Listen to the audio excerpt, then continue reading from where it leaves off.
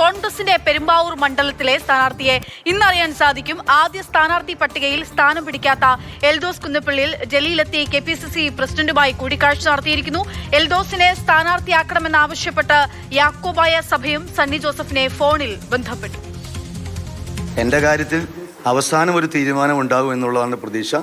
അങ്ങനെ ഒരു കൃത്യമായി അന്വേഷിച്ച് കേസുകൾ ക്ലിയർ ചെയ്തിട്ട് AICC എനിക്ക് അനുകൂലമായ തീരുമാനം എടുക്കട്ടെ. ദൈവം എന്നെ അനുഗ്രഹിക്കായിരിക്കും. ഞാൻ ബഹുമാനപ്പെട്ട രമേശ് ചെന്നിത്തലയുമായി ഇന്നലെ രാത്രി കൂടിക്കാഴ്ച നടത്തി അദ്ദേഹം നാട്ടിലേക്ക് തിരിച്ചുപോയി. ഞാനിന്ന് ബഹുമാനപ്പെട്ട പ്രതിപക്ഷ നേതാവ് ശ്രീ VD സതീശൻ സാറുമായിട്ട് കൂടിക്കാഴ്ച ആഗ്രഹിക്കുന്നുണ്ട്. ബഹുമാനപ്പെട്ട KPCC പ്രസിഡന്റ് ആയിട്ട് കൂടിക്കാഴ്ച ആഗ്രഹിക്കുന്നുണ്ട്. അവരൊക്കെ എനിക്ക് വേണ്ടി ശക്തമായി നിലപാടെടുത്തിട്ടുള്ള ആളുകളാണ്. ബഹുമാനപ്പെട്ട KC വേണുഗോപാലുമായിട്ട് കൂടിക്കാഴ്ചയ്ക്ക് ഞാൻ ആഗ്രഹിക്കുന്നുണ്ട്. ഞാൻ പോകുന്നുണ്ട്. പറ്റുമെങ്കിൽ ദേശീയ അധ്യക്ഷനടക്കമുള്ള ആളുകളുമായി കൂടിക്കാഴ്ചയ്ക്ക് സമയം അനുവദിച്ചാൽ അവർ കാണും.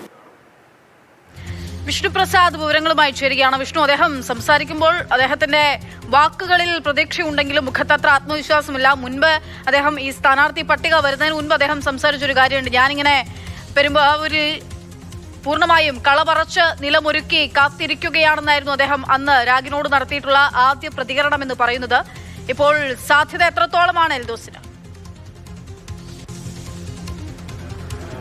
പെരുമ്പാവൂരിലെ അന്തിമ തീരുമാനം മല്ലികാർജ്ജുൻ ഖാർഗെക്ക് വിട്ടിരിക്കുകയാണ് കോൺഗ്രസിന്റെ നേതൃയോഗങ്ങൾ. പ്രധാനമായും ഇപ്പോഴും സ്ഥാനാർത്ഥി പട്ടിക പൂർണ്ണമാകാത്തൊരു സാഹചര്യത്തിൽ പെരുമ്പാവൂരിൽ മാത്രമാണ് സിറ്റിംഗ് MLA മത്സരിപ്പിക്കുന്ന കാര്യത്തിലൊരു തർക്കം കാര്യമായി നിലനിൽക്കുന്നത്. അതോടൊപ്പം തന്നെ തൃപ്പൂണിത്തുറയിലും ചില പ്രഖ്യാപനങ്ങൾ ഉണ്ടാകേണ്ടതുണ്ട്. എന്നിരുന്നാൽ തന്നെയും ഇപ്പോൾ പെരുമ്പാവൂരാണ് ചർച്ചാ വിഷയമായിരിക്കുന്നത്. എൽദോസ് കുന്നപ്പള്ളി ഗൃഹസന്ദർശനം ഉൾപ്പെടെയുള്ള പരിപാടികൾ കഴിഞ്ഞ ഒരു വർഷമായി പെരുമ്പാവൂർ മണ്ഡലത്തിൽ നടത്തിവരികയാണ്. അതുകൊണ്ട് തന്നെ തനിക്ക് ഏറ്റവും കൂടുതൽ അനുകൂലമായൊരു നിലപാട് കേന്ദ്ര നേതൃത്വത്തിന്റെ ഭാഗത്തുനിന്ന് ഉണ്ടാകുമെന്ന് തന്നെയാണ് അദ്ദേഹം ആവർത്തിച്ച് വ്യക്തമാക്കുന്നത്. കേരള ഹൗസിൽ തങ്ങുന്ന എൽദോസ് കുന്നപ്പള്ളി ഇതിനോടകം തന്നെ VD സതീശൻ, രമേശ് ചെന്നിത്തല ഉൾപ്പെടെയുള്ള നേതാക്കളെ കണ്ടു കഴിഞ്ഞു. അതോടൊപ്പം തന്നെ പാർട്ടിയുടെ അധ്യക്ഷനെയും അതായത് സണ്ണി ജോസഫിനെയും അദ്ദേഹം നേരിൽ കാണുകയും ചെയ്തു.